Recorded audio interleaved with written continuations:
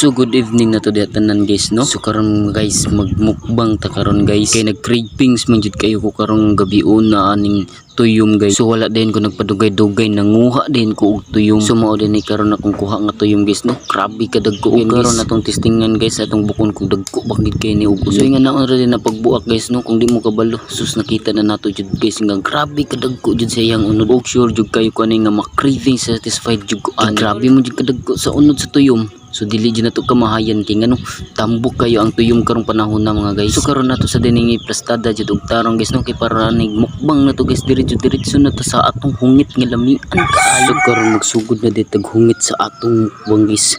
So kuyugi kinyo, let's go.